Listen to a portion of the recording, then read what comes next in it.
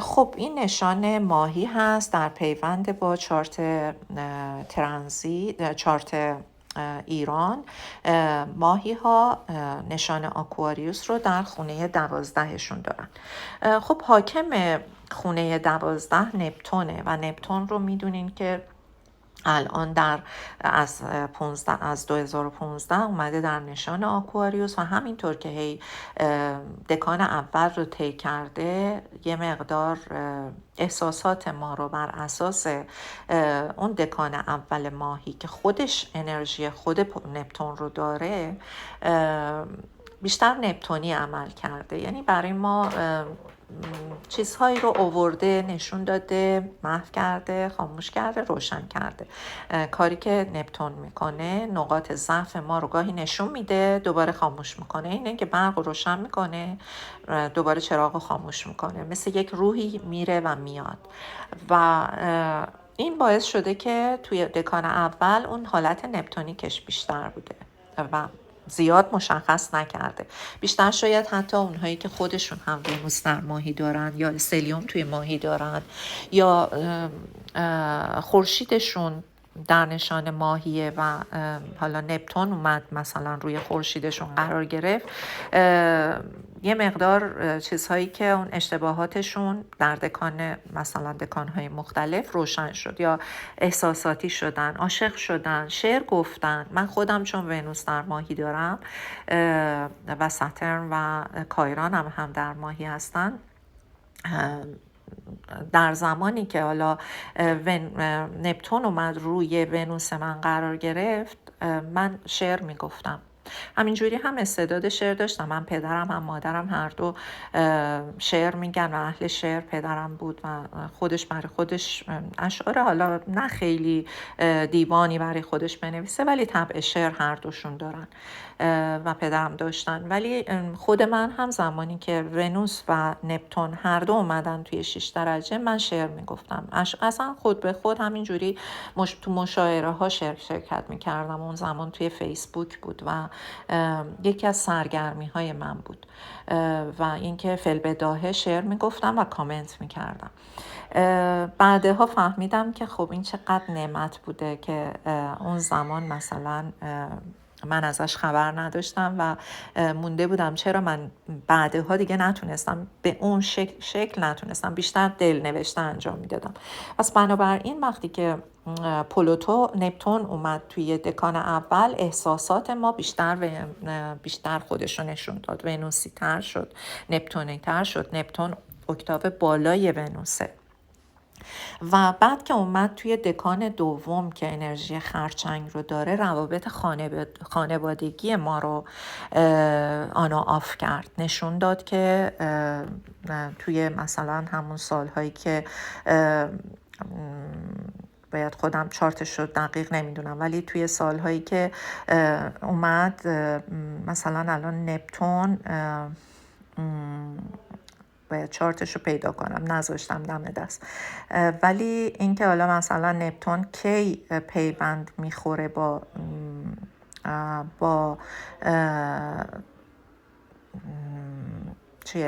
ساترن، چارت اون رو در آورده بودم، حالا پیداشم نمی کنم.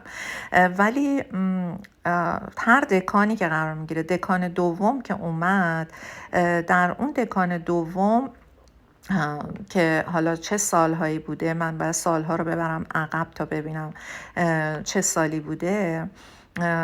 مثلا سال 2017 دیگه دکان اول اومدش دکان دوم. توی اون سالها دقیقاً دکان دومش از همون سال 2017 بوده.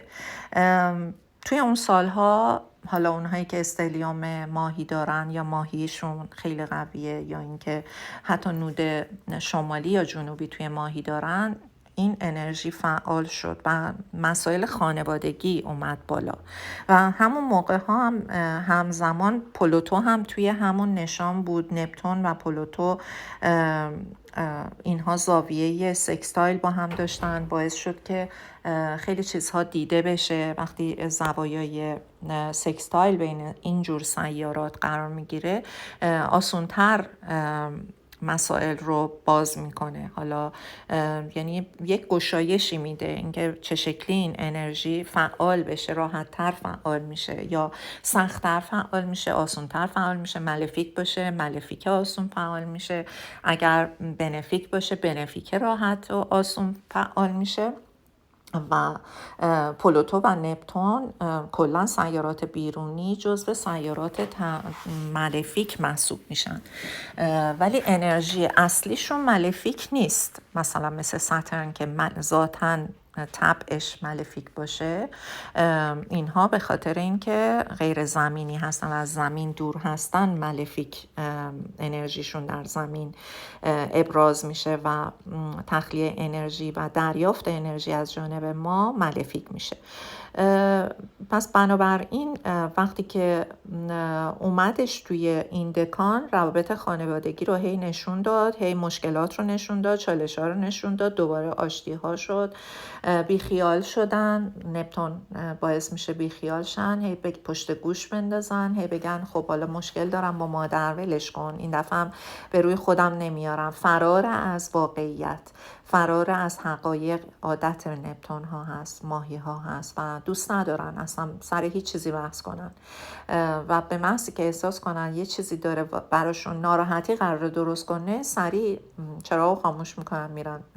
من دخترم نپتونه، ماهیه، اصلا دوست نداره. یعنی به محضی که ببینه من دارم مثلا یه خورده مادری میکنم و نصیحت میکنم، خب شب بخیر، کاری نداری مامان جان، خداحافظ. یعنی اینجوریه. خب من اینو میدونم و بهش سخت نمیگیرم، ولی خب به جاش مثلا میذارم سر موقع، یه جای دفعه گیرش میندازم.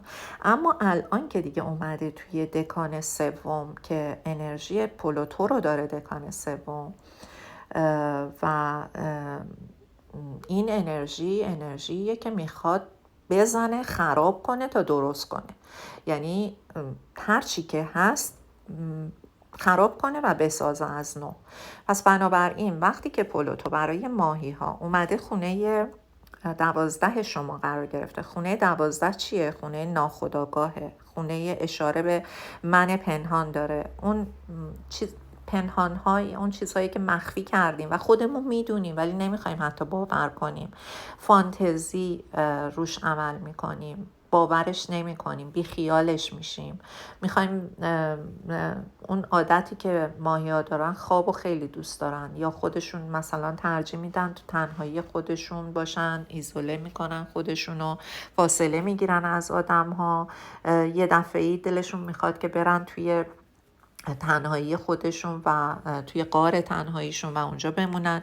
اینها عادتهای نپتونه و شاید بودن این انرژی پلوتو باعث شه که این افراد متاسفانه خب با سختی از نظر احساسی روبروشن، بیخواب شن، خوابشون مختل شه. خورشید هم اومده در کنار پلوتو توی خونه 12. خورشید مثل اینه که مثلا به جای اینکه تو تاریکی بخوابین چراغ روشنه، میخواین توی نور بخوابین، نمیتونین بخوابین و خوابشون ممکنه که مختل بشه.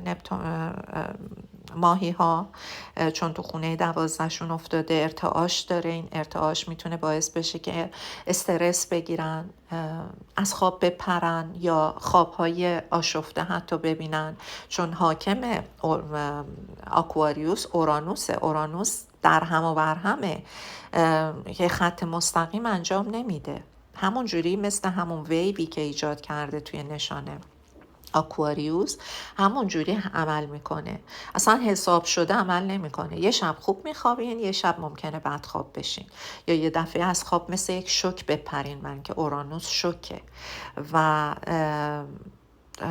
خونه 12 حافظه ناخودآگاه ماست. ممکنه که حتی خوابهایی که ما میبینیم از دی ان ای روح ما، از اون حافظه روح ما، اون فایلش باز بشه و ما ناخودآگاه مثلا خوابهایی رو از گذشته روحمون ببینیم، چون خونه 12 گذشته روحه، هم گذشته روحه هم درگذشتگان نسبی ماست. اون کسانی که نسبت نزدیک با ما دارن، روحشون در اون قسمت قرار گرفته توی خونه 12 و خود ما در زندگی های گذشته، هر چیزی که در گذشته انجام دادیم، حتی گذشته همین زندگیمون، هر چیزی که فراموش کردیم، ممکنه توی خواب یه دفعه‌ای به همون گفته بشه، ممکنه حتی توی بیداری یه دفعه به همون الهام بشه، چون پلوتون اون نفوذ میکنه به اعماق روح و همه چی رو میکشه بیرون و خورشید نشون میده به ما.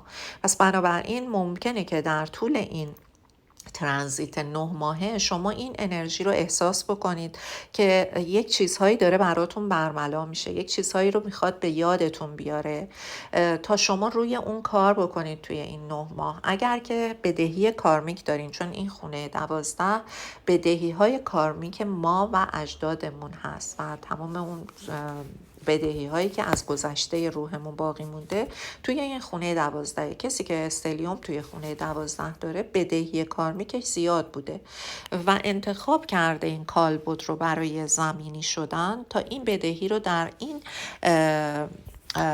تناسخ فعلیش پرداخت کنه و خودش انتخاب کرده تا در حالا اون تناسخ بعدی اگر وجود داشته باشه، حتی ممکنه که آخرین تناسخش باشه، اونهایی که توی خونه 12شون استلیوم دارن یا اینکه نشان عقرب دارن خونه 12 یا نود جنوبی در خونه 12 دارن، اینها شانس این رو دارن که این ترانزیت آخرین ترانزیت عمرشون باشه.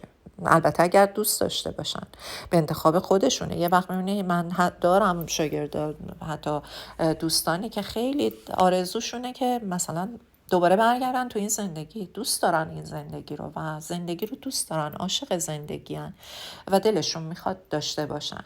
اما خب معمولا عقرب ها، ماهی ها یا اونهایی که نود جنوبی دارن توی نشان 12 خونه 12 یا در نشان عقرب معمولا دوست ندارن، یعنی ناخودآگاه انگار روحشون دیگه خسته است، چون روح پیری شاید داشته باشن یا انقدر این روح به بلوغ رسیده که دیگه خسته است از زندگی. اگر که به خصوص آدمی باشه که توی زندگی سعی کرده باشه به جای اینکه عقرب باشه عقاب شه یا ققنوس شه، یعنی خودش رو هی ساخته، هر بار خواسته به جلوی اون انتقام جویی، جلوی حسادتش، جلوی اون انرژی های تاریک عقربیش مقاومت کرده و وایساده، نرفته سمت اون قسمت لذاعز زمینی عقرب، اون رو به بالانس رسونده ولی غرق در اون نشده. و من اینهایی رو که باهاشون در ارتباط هستم واقعا هیچ کدوم دیگه دوست ندارن. من وقتی میگم این آخرین تناسختون احتمالاً هست، میگن الهی آمین، یعنی از ته قلبشون آرزو میکنن که دیگه این ترانزیت میگم این زندگی آخرشون باشه. این هم ترانزیت روح ماست و به هر حال این جایگیری پلوتو در اینجا با انرژی دکان سوم که نپتون هم در اون قرار گرفته و توی چارت شما ماهی ها خود همین نپتون خونه یکتونه در کنار ساترن کمک میکنه به ماهی ها تا تمام اون کارماهای گذشتهشون رو پاکسازی کنن و تموم کنن. زمانی که حالا ساترن دیگه میرسه و با دوباره من چارتش رو گم کردم، با خود نپتون در پیوند قرار میگیره و دیگه میخواد تموم شه، یعنی اواخر 2025 با خودش توی اون درجات 29 درجه اون زمان هم دیگه پلوتو توی نشانه توی خونه 12 شماست، میتونه دوران یه مقدار پرفشاری باشه. اما اگر شما توی زمانی که حالا پلوتو توی خونه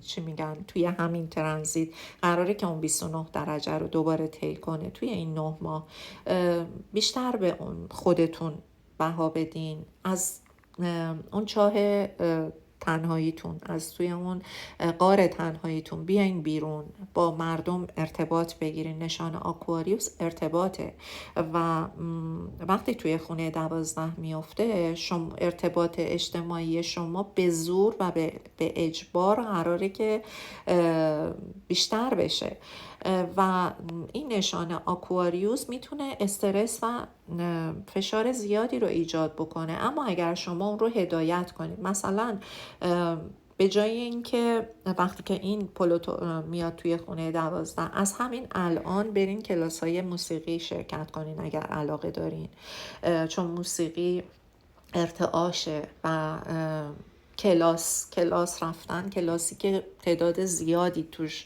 هنرجو باشه، یا حتی مدیتیشن گروهی انجام بدین جایی که با موزیک این انجام بشه، که در کنار این ورزش، در کنار حالا یوگا یا مدیتیشن یا هر کاری که انجام میدین، یک آرامشی رو هم در خودتون ایجاد بکنید. پلوتو شفاگره و مرتبط با همین مدیتیشن کردن ها و علوم اسپریچوال و ورزش های اسپریچوال مثل تایچی، مثل تکواندو، جودو. اینها همه ورزش های پلوتونیکه. برین اصلا سمت همین ورزش ها، انرژیتون رو به این شکل تخلیه کنید. هر چیزی که آدم های زیادی داشته باشه، تخلیه انرژی انجام بشه بدون اینکه بخواد به خودتون فشار بیاره، باعث بشه که شبا راحت تر بخوابین، خسته تر باشین، اون ارتعاشتون رو به آروم بکنه، با آدم هایی دوست بشین و وارد پرایوت زندگیتون کنید که خونه 12 هست و الان قرار پلوتو در اونجا قرار بگیره که باهاتون هم ارتعاش باشه. حتی اگه شده گروهی با هم مدیتیشن کنید، با هم بشینید، مثلا راجع به صحبت هایی رو مثلا بشینید فایلای صوتی گوش بدید در مورد استرولوژی، در مورد چه میدونم به صورت آنلاین بیاین، حتی مثلا آموزش های آنلاین رو توی بخش دیجیتال مارکتینگ، تو بخش پول، تو بخش اصلا ارتباط بگیریم، برین چت کنین. خود اینجا خونه 12 میتونه چت پشت، چون خونه 12 پشت صحنه است و مواردی رو نشون میده که شما اصلا طرف مقابل رو نمیبینین، یا از طریق مثلا یه اسکرین دارین نگاش میکنین، مستقیم نیست، رو در رو نیست، غیر مستقیم و غیر حضوریه.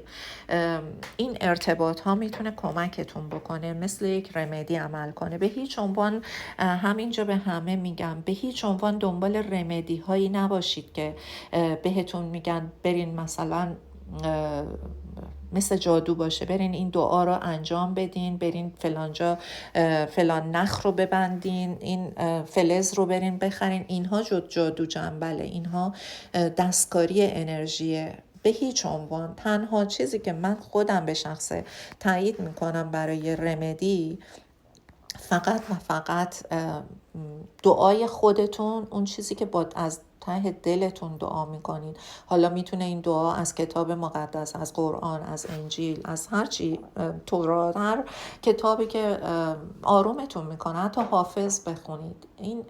این انرژی آرامش اگر به شما میده، حتما این کار رو به این شکل انجام بدین. به هیچ عنوان نرین از ابزار و از هزینه کنید، چه میدونم قطعاتی رو از آدم هایی که میگن ما بلدیم فلان کار رو میکنیم، اینو باطل میکنیم، اونو براتون انجام میدیم، کارگشایی میکنیم. ابدا این کار رو نکنین. این ماهی ها، به خصوص ماهی ها، عقرب ها، آکواریوس ها، حتی با وجودی که چون خیلی به فال و پیشگویی و اینجا چیزها علاقه دارن و روحشون کشیده میشه، ممکنه که توی این مکان هایی که یه همچین آدم هایی دستکارشون دستکاری انرژی هست وسوسه کنن و تحریک کنن که بخواین بیاین من خیلی استادم بلدم بیا این کارو بکن یا این رمدی رو انجام بده. رمدی یا باید بر اساس حالا نشان و خانه‌ای که دارید یعنی کمک به بشریت باشه، اصلا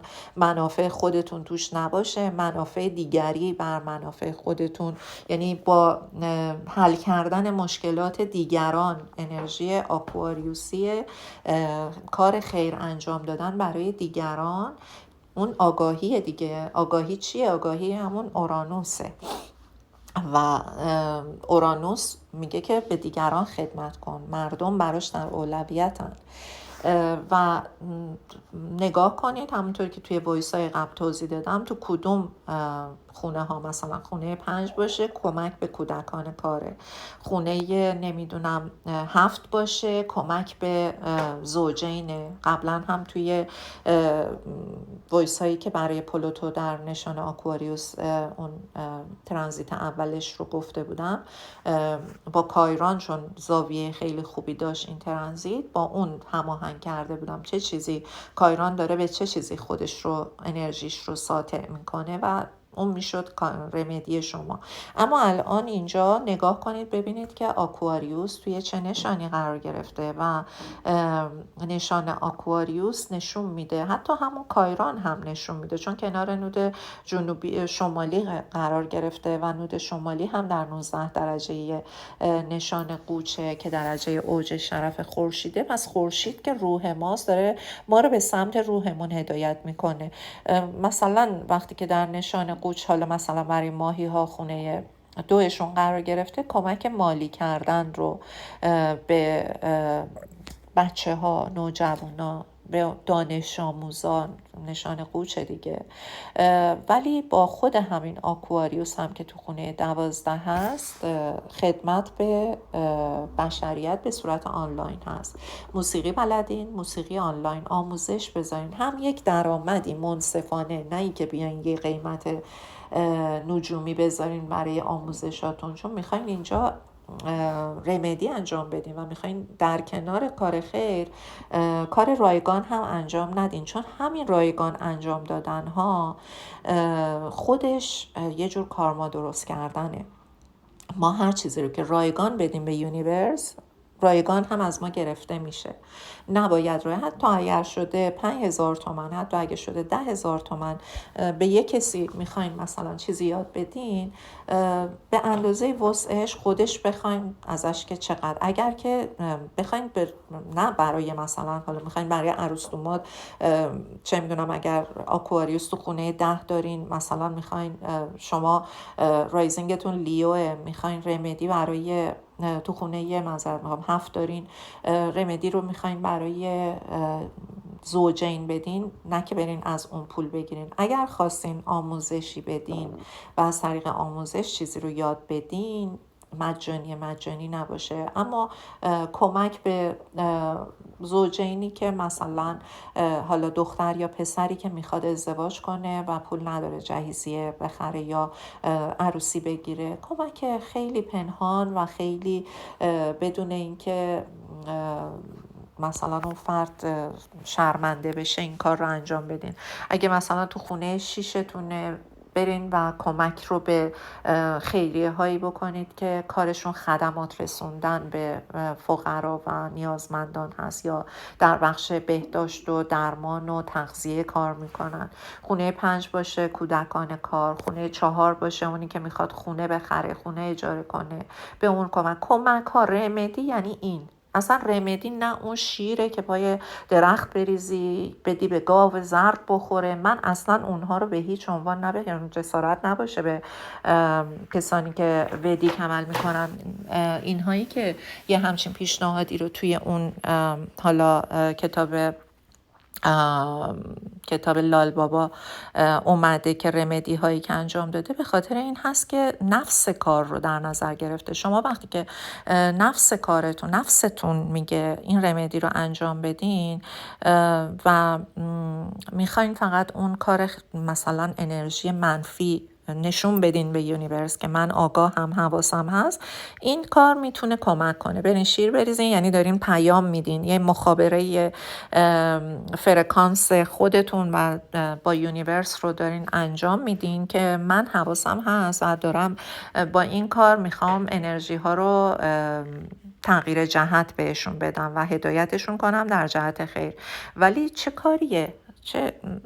به نظر من این کار نمیتونه مثلا خیلی توجیه فقط برای خود شخص خوبه. بهتره که رمدی دو طرف، یعنی غیر از من یه کسی دیگه هم خیر ببینه، یه کسی دیگر رو هم به منفعتی برسونیم. این میشه کایران، این میشه ارتقاء روح که من دارم. کایران اون استروئیدیه که استرولوژی تروپیکال بهش اکتفا میکنه و به عنوان راهنمای روح بهش نگاه میکنه، کلید روح ماست و نشون میده و میخواد که ما کاری رو که انجام میدیم فقط برای خود من درمان میشم و دیگران رو هم با اون هنری که یاد گرفتم، با اون حالا مهارتی که در درمان خودم به دست آوردم، دیگران رو هم درمان میکنم بدون اینکه منتی بذارم، بدون اینکه بخوام مثلا ازشون چیزی بخوام، طلبکار باشم. این رو برای روح خودم دارم انجام میدم، خدمتیه که به روح خودم میکنم. و وقتی که حالا داریم ما انجامش میدیم، دو طرف استفاده ببرن. کایران هر جایی که قرار گرفته نشان روبروش باید خدمتش رو انجام بده و اون کایران، اون کلید اون موقعی باز میشه که شما اون خونه روبرویی رو نگاه کنید ببینید چیه و اونجا رو بخواین سر و سامون بدین. به هر حال حالا این زیاد روی این قسمت من دیگه بیشتر توضیح ندم و فقط همین که دیگه در انتهای وایسم بگم که به هر حال داره تا چند وقت دیگه حواستون باشه. حالا توی فکر میکنم اگه بتونم خیلی سریعتر به شما این وایس رو، این ویدیوهایی که درست کردم رو خیلی زود بیارم و ادیت بکنم و بذارم توی کانال خیلی بهتره. ولی حالا نگاه میکنم نه وقت داریم. ما 10 اپریل مارس و ساترن در پیوند هم قرار میگیرن، در حالی که نپتون هم 28 درجه است و توی خونه 1 ماهی ها هست و این میتونه شما رو خیلی اکتیو بکنه، انرژیتون رو خیلی زیاد کنه، میتونه بلندتون بکنه از جا، میتونه وادارتون کنه تا خودی نشون بدین. اگر ماهی هستین حرکتی رو انجام بدین. 2 سیاره مالفیک هستن و حالا در پیوند با خود نشان ماهی وقتی که اینها قرار میگیره توی تقریبا همون درجات توی 14 درجه، یعنی دقیقا میاد وسط نشان ماهی قرار گرفته و میتونه روی احساسات شما، روی خانواده شما شاید جر و بحثی رو شاید ایجاد بکنه، چون این 2 سیاره در پیوند هم میتونه باعث بگو مگو و چالش احساسی بشه در نشان ماهی و اینکه حالا قدرت نمایی، شاید نمایش قدرت یا احساسات در هم و بر هم، اغتشاش از نظر روحی دچار اغتشاش شدن. نمودش رو شاید توی چون انرژی دکان دوم که ساترن و مارس در اونجا در پیوند هم قرار میگیرند، انرژی خرچنگ هست و این خرچنگ بودن میتونه چالش ایجاد کنه برای مسائل خانوادگی و حالا جر و بحث ها، شاید روی اون چیزیه، شاید به خاطر مثلا یه سری از اون نمودهای رفتاری شما جنگی در بگیره، بگو مگویی در بگیره یا یک شرط و شروطی برای شما قرار داده بشه که مجبور بشین تا خودتون رو تغییر بدین. این اتفاق میتونه بیفته و به هر حال حالا برای همه نشان ها میتونه جداگانه این اتفاق بر اساس خونه ای که دارن برای ماهی ها خونه یکشون میفته و روی شخصیتشون، یعنی یه چیزیه که دیگران و اطرافیانشون، اونهایی که باشون زندگی میکنن و یا مراوده نزدیک دارن میبینن. اما مثلا برای نشانه مثلا برای نشانه آکواریوس ماهی میفته خونه دومش، توی قسمت کارش میتونه جر و بحثی توی این قسمت اتفاق بیفته، شاخ و شونه کشیدن. چون مارس در نشان ماهی البته خب سفیر صلح هم میتونه باشه، اما در پیوند با ساترن چون ملفیک میشه و خود ساترن هم در نشان ماهیه، خط و نشون کشیدن هم میتونه باشه، یا اینکه حد و مرز تعیین کردن برای یک چیزی که داره بیش از اندازه میشه، بیش از حد میشه. شاید مثلا آکواریوس ها که خونه دوشونه، مثلا توی محیط کارشون، توی جایی که حالا درآمد روزانهشون کسب میشه، از اونجا در میاد و ورودی مالیشون محسوب میشه، اونجا مثلا یک خط و نشانی کشیده شه، یک حد و مرزی تعیین بشه تا اینکه ضرر نکنن یا توی کارشون موفق باشن، یا یه مثلا طلبکار بیاد سراغشون. حالا شکل‌های مختلف میتونه خودشو نشون بده. برای کپریکورن ها که میافتاد خونه کپریکورن ها که میافتاد خونه سومشون، فکر میکنم، حالا من نمیخوام اون رو عوض بکنم، خونه 3 به هر حال ممکنه که این مارسو، یعنی ماهی میافته خونه سوم کپریکورن ها. اونها توی مراودات روزانهشون، توی روابط با خواهر برادر شاید جر و بحثی پیش بیاد. برای نشان کماندار تو خانواده، برای نشان عقرب توی قسمت عشق و احساسات تو خونه 5شون بیفته، اون با فرزندشون این اختلاف پیش بیاد، این بگو مگو پیش بیاد. برای نشان ترازو توی خونه 6شون پیش بیاد. برای نشان خوشه توی خونه 7 پیش بیاد، با زن و شوهر حرفشون بشه و مارس و ساترن اونجا برای هم شاخ و شونه بکشن. و چون نپتون هم توی 28 درجه است، مطمئن باشین که این کارمیکه، مطمئن باشید که یک بدهی کارمیک هست که قرار این هم شسته بشه. جزو اون بشور و بمال هایی که داره، مثل کارواش نپتون داره همش میشوره، ساترن هم خدای کارماز اینها رو داره میاره. حالا داره اون مارس رو، جریان مارس رو هم وسطش میاره، مارسی که خودش یه سیاره پرسرعته و توی ترانزیت سریع رفت آمد میکنه و فقط شاید حتی اون 9 ماهی که توی 8-9 ماهی که توی نشان دوقلو موند، الان مثلا توی نشان ماهی که قرار میگیره با همون نشان دوقلو زاویه سکستایل میگیره،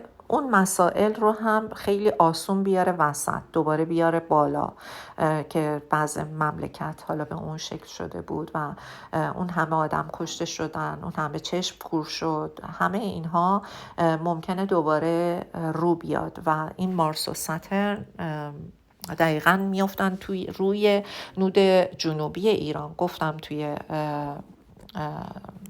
اون تفسیرهای قبلی که این مارس و ساترن میان روی نود جنوبی ایران قرار میگیرن.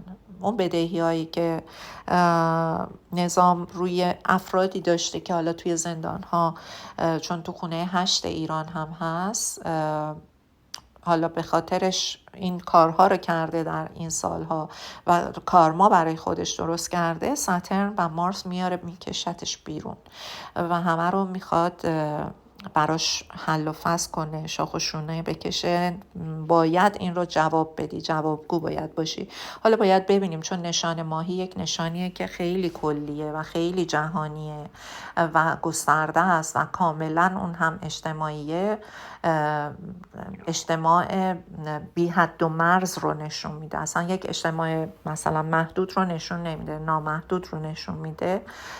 بنابراین انرژیش خیلی گسترده است و واقعا نمیشه پیشگویی کرد دقیقا چیه، ولی هرچی که هست قراره که خب این یه بدهی باشه که پاس بشه و باید آماده باشیم برای پاس کردنش، که با حداقل تنش این چند روزی که حالا در پیوند هم قرار دارن این دوتا، فکر نمی کنم خیلی، چون مارس هم به هر حال جزو سیارات پرسرعته و دیگه برسه به این از 10 اپریل که این پیوند اتفاق میفته تا 22 اپریل، یعنی 12 روز این دوتا قربشون خیلی به هم نزدیکه. از روز 12 دیگه 8 درجه میشه، مارس دیگه دور میشه. یعنی تو اون یه هفته 10 روز شما باید بیشتر مراقب 12 روز بیشتر باید مراقب رفتارتون باشین و با احتیاط عمل کنین، مواظب باشین که کارمای جدید نسازین، اون رو پاس کنید، قبلی رو با یه چشم، با یه چه میدونم آرامش بشینید، بعد توی سکوت خودتون پیدا کنید که چه چیزی باعث شده که این اتفاق بیفته و اون رو حل کنید. هرچی که هست به نفعتون هست.